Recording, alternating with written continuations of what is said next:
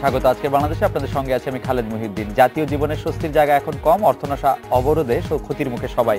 শান্তির বাণী শোনাতে কোথাও নেই যেন কেউ। এসব নিয়ে আজকে আলোচনা। কোথায় পাবো কথা বলতে স্টুডিওতে আছেন প্রধানমন্ত্রী তথ্য উপদেষ্টা এবং ডেইলি অবজারভারের সম্পাদক ইকবাল সোবহান চৌধুরী, আছেন বাংলাদেশ প্রেস ইনস্টিটিউটের সাবেক মহাপরিচালক এবং দৈনিক দিনকালের ভারপ্রাপ্ত সম্পাদক ডক্টর রেজন সিদ্দিকী এবং সিনিয়র সাংবাদিক জনাব নাইমুল ইসলাম খান। স্বাগত আপনাদের। জনাব ইকবাল সোবহান চৌধুরী, আমরা শান্তিতে নাই এই কথা আমরা বলছি, সাধারণ মানুষ আমাদেরকে বলছে। সরকারের দায়িত্ব আমাদের শান্তি নিশ্চিত করা, সরকারকে এই ক্ষেত্রে ব্যর্থ বলা যাবে কিনা? দুদিন আগে আমরা যে বিশ্ব ইজতেমার প্রথম দফা আমরা দেখলাম, আখেরি মোনাজাত হলো রোববারে। তো সেদিন আপনার মিডিয়াতেও আমরা দেখেছি, আমরা সবাই জানি যে আখেরি মোনাজাতে লাখো লাখো মুসলমান তারা বিশ্ব মুসলিমের জন্য শান্তি, আমাদের দেশের জন্য শান্তি করে দোয়া করেছেন এবং তারা কিন্তু দোয়া করেছেন। আপনি যেটা বললেন যে শান্তি কোথাও নাই, তাও কিন্তু ঠিক না। তাদের ওখানে কিন্তু শান্তির বাণী এবং শান্তির দোয়া হয়েছে, প্রত্যাশাটা ছিল। হ্যাঁ।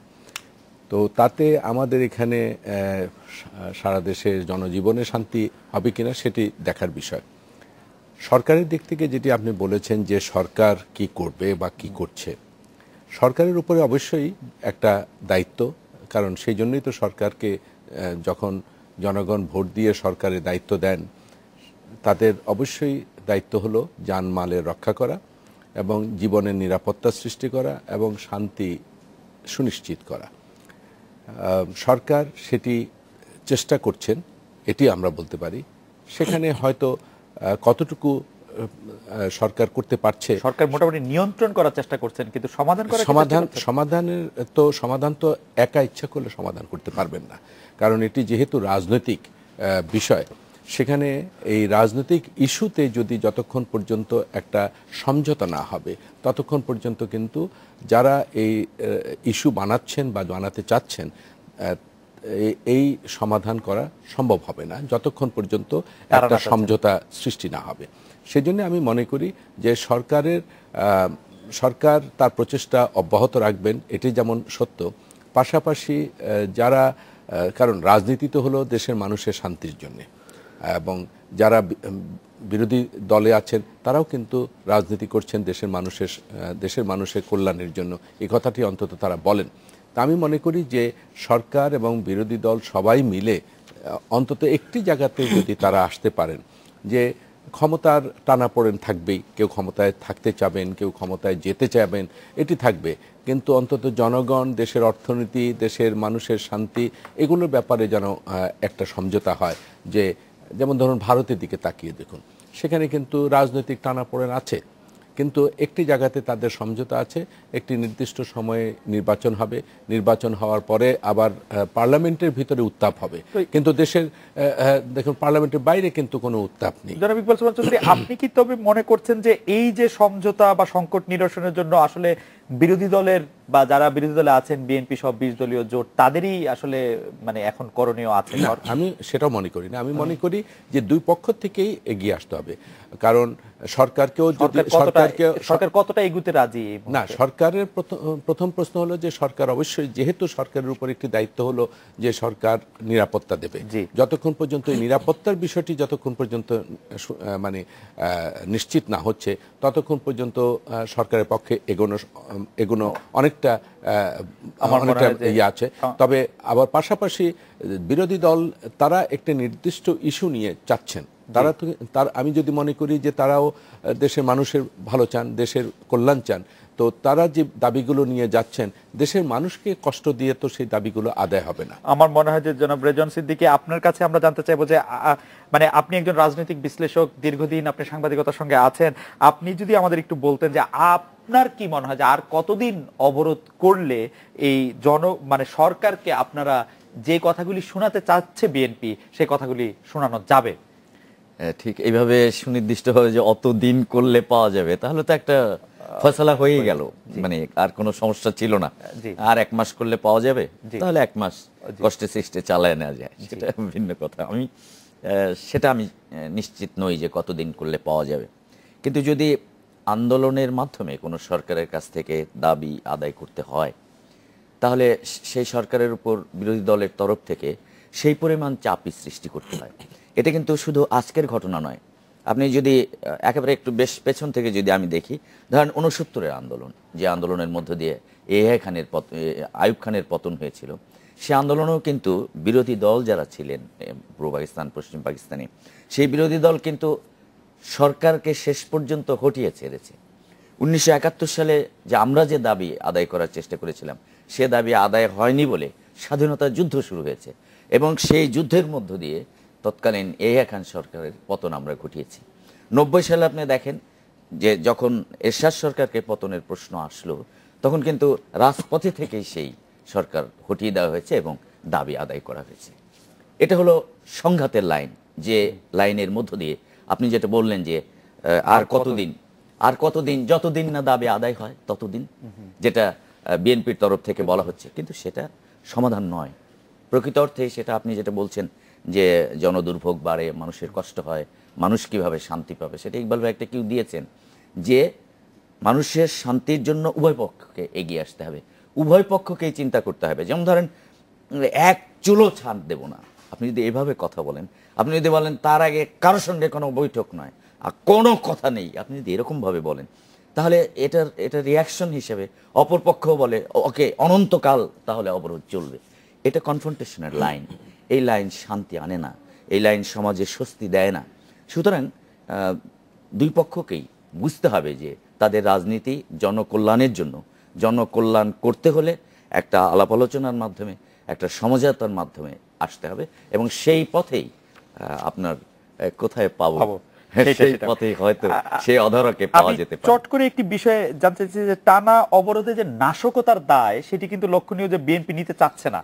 মানে আজকেও কিছুক্ষণ আগে যে দুঃখজনক ঘটনা ঘটেছে, যে সাবেক পররাষ্ট্র প্রতিমন্ত্রী রিয়াজ রহমান আহত হয়েছেন, সেটির ক্ষেত্রে বিএনপি চেয়ারপারসন একটি নিন্দা জানিয়ে একটি বিবৃতি জানিয়েছেন। আমি সময় টেলিভিশনের একটি খুবই জনপ্রিয় অনুষ্ঠান সম্পাদকও দেখছিলাম, সেখানে একজন দর্শক প্রশ্ন করেছেন যে বিএনপি চেয়ারপারসন রিয়াজ রহমান আহত হলেন, তাতে বিবৃতি পাঠালেন, অন্য সাধারণ নাগরিকরা যে আহত হচ্ছেন, নিহত হচ্ছেন, তাদের ব্যাপারে কিছু বলছেন না কেন? এই নাশকতার দায় আসলে বিএনপি নিচ্ছে না কেন? বিএনপি নাশকতার পুরো দায় কি করে নেবে? সব জায়গায় যেমন বিএনপি যতবার বলছে ভেতরে কি ঘটছে সেটা আমরা দেখতেই পাচ্ছি, কিন্তু প্রতিবারই বলছে শান্তিপূর্ণভাবে অবরোধ চালিয়ে যান, এই কথা তো বলছে। এখন আপনি বলতে পারেন যে যখন আপনি আনলিশ করে দেন এরকম একটা ফোর্স সমাজের ভেতরে, তখন তা কতটা শান্তিপূর্ণ থাকে। আমি এই জায়গায় একটু আবার আপনার কাছে ফিরে আসি, জনাব নাঈমুল ইসলাম খান। আমি শান্তিপূর্ণ অবরোধ এই বিষয়টিকে সোনার পাথরবাটি মনে হয় কিনা? শান্তিপূর্ণ রাজনৈতিক কর্মসূচি আসলে বাস্তবে সম্ভব কিনা? বাস্তবে সম্ভব, কিন্তু আমাদের এখানে সেইভাবে রাজনৈতিক মানে সংস্কৃতি নাই। এই অর্থে বলবো যে দুই দলেরই এটা তাদের মন মানসিকতা নাই, কারণ শান্তি তো কথাতেই নাই, মানে কথার মধ্যেই তো অশান্তির কথা, উত্তেজক কথা, অস্থিরতার কথা। সুতরাং আমি আসলে মনে করি যে শান্তিপূর্ণভাবে প্রচন্ড চাপ সৃষ্টি করা অসম্ভব, কিন্তু কথা হলো এটা তো একটা অপশন, এটা চয়েসের ব্যাপার। এই চয়েসটা আমার মনে হয় নাই নেওয়া হয়েছে, কারণ আমাদের টিপিক্যালি, যেটা ঠিকই বলেছেন রেজওয়ান ভাই, যে আমাদের হিস্টোরিক্যালি আমরা একটু মানে সহিংস। আমাদের সঙ্গে আমাদের ভারতীয় ইতিহাসে অহিংস রাজনীতির এক্সাম্পলও আছে, কিন্তু কেবলই অহিংস রাজনীতি দিয়ে ভারতের সবকিছু হয়ে গেছে আমাদের, সেটা আমরা দেখি না। সুতরাং সহিংসতাটাও প্যারালাল ছিল। তো আমাদের এখানে এখন সহিংস রাজনীতিটাই চলছে, প্যারালাল অহিংস প্রচেষ্টাটা, অহিংসভাবে যে সমাধানের অন্বেষণ, শান্তির অন্বেষণ, সেটা কিন্তু না। এটার জন্য যে একটা থার্ড ফোর্স দাঁড়াবে, নাগরিক সমাজের কেউ 100-200 মানুষ দাঁড়িয়ে বলবে যে না শান্তি শান্তি শান্তি, কিন্তু আমাদের গণতান্ত্রিক এই অধিকার চাই, যেভাবে দল চায়, আমাদের প্রধান দুই দল। সমস্যা হচ্ছে আমরা যত রকম উত্তেজনা, যত রকমের রাজনৈতিক সংকট সমাজ বা রাজনৈতিক সমস্যাগুলি আলোচনা করি, সবই মূলত দুই বড় পার্টির প্রেক্ষাপটে। আর একটা গণভিত্তির রাজনৈতিক দলকে, আমি আবারও বলি, একটা মানে ঐতিহ্যপূর্ণ গণভিত্তির রাজনৈতিক দলকে ক্ষমতাচ্যুত করা যায় ঘোষিত রাজনৈতিক কর্মসূচির মধ্যে, এটা কিন্তু পাকিস্তান থেকে বাংলাদেশের নাই, আসলে ভারতবর্ষেও নাই। আমি মনে করি আমি একটাও দেখি না। আচ্ছা, এমনকি আপনি কন্টিনিউ করেন, আমি মাঝখানে একটা প্রশ্ন করতে পারি যে আমরা সাংবাদিকরা এবং অন্যান্য সুশীল সমাজের সুশীল সমাজ যদি আমি নাও বলি, অন্যরা কিন্তু এই প্রশ্ন তুলতে থাকলো যে বিএনপি 1 বছর আন্দোলন করে নাই, কারণ আন্দোলনের মুরদ তাদের ছিল না। আজকে যখন জনগণকে জিম্মি করে বিএনপি বা 20 দলীয় জোট আন্দোলন করছে, তখন আবার আমরা এটা সমালোচনা করছি। আমরা গণমাধ্যম বা আমরা সুশীল সমাজ কি এইগুলি উস্কে দেওয়ার ক্ষেত্রে ভূমিকা রাখি কিনা, সেটাও যদি একটু উস্কে দেওয়ার ক্ষেত্রে ভূমিকা মানে আমি বলি, আপনি বলছেন খালেদা জিয়া যে এই অবিরাম অবরোধের ঘোষণা দিলেন, এটা আমি আপনাকে, খালেদা জিয়া বিএনপি যাই বলুক, আমি আপনাকে নিশ্চয়তা দিচ্ছি খালেদা জিয়া তখন এই কর্মসূচি দিতে চায় নাই। তার মুখে মনে এটা রেডি ছিল না। এটা সাংবাদিকের ধাক্কাধাক্কিতেই, মানে কথার ধাক্কাধাক্কিতে উনি বলেছেন। কারণ এটা আপনি যদি আবারও ফুটেজটা দেখেন, ইউ উইল রিয়েলাইজ। তা আমি আবারও এই জায়গায় যাই যে আমাদের এখানে একটা গণভিত্তির রাজনৈতিক দলকে আরেকটা গণভিত্তির রাজনৈতিক দল মানে আন্দোলন, মানে ঘোষিত প্রকাশ্য রাজনৈতিক কর্মসূচি দিয়ে ক্ষমতাচ্যুত করে ফেলবে, এইরকম নাই। কেউ বলতে পারে যে 15ই ফেব্রুয়ারি নির্বাচনের পর বিএনপি, ওইটা আসলে বিএনপি অলমোস্ট ছেড়ে দেওয়ার মতো, কারণ তারা নির্বাচনের আগে বলেছিল, পরে ছেড়ে দিয়েছে। কিন্তু তারা যদি চাইতো, তারা কি করতে পারতো এটা আমরা দেখি নাই।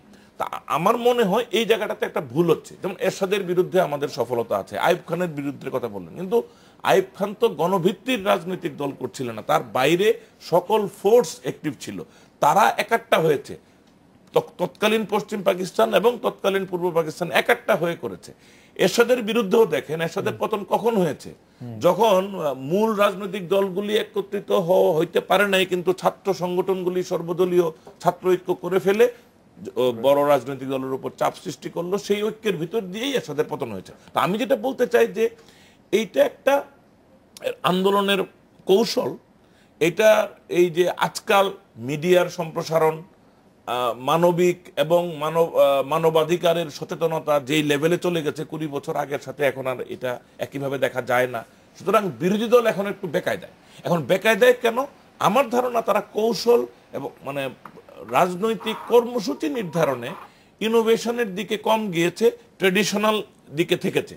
আমার মনে হয় যে এই জায়গাটাতে যদি শান্তির অন্বেষণ করতে হয়, কাউকে না কাউকে, আমি সম্ভাবনা দেখি না যে বিএনপির পক্ষ বা আওয়ামী লীগের পক্ষ এটা করবে, কিন্তু আমার মনে হয় তৃতীয় একটা পক্ষ দাঁড়াতে হবে।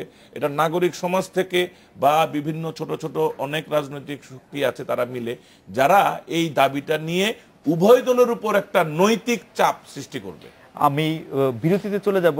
জনাব ইকবাল সোহান চৌধুরী, আমাদের দর্শকরা আপনাকে উদ্দেশ্য করে নাইম ভাইয়ের কথার পরপরই এই প্রশ্ন রাখছেন, যে গণমাধ্যমের কথা বলা হচ্ছে সেই গণমাধ্যমকে নিয়ন্ত্রণ করার, ভয় দেখানোর, অবিশ্বাস করার এবং শত্রু ভাবার একটি প্রবণতা সরকারের মধ্যে দেখা যাচ্ছে, এটি আপনি বলবেন কিনা?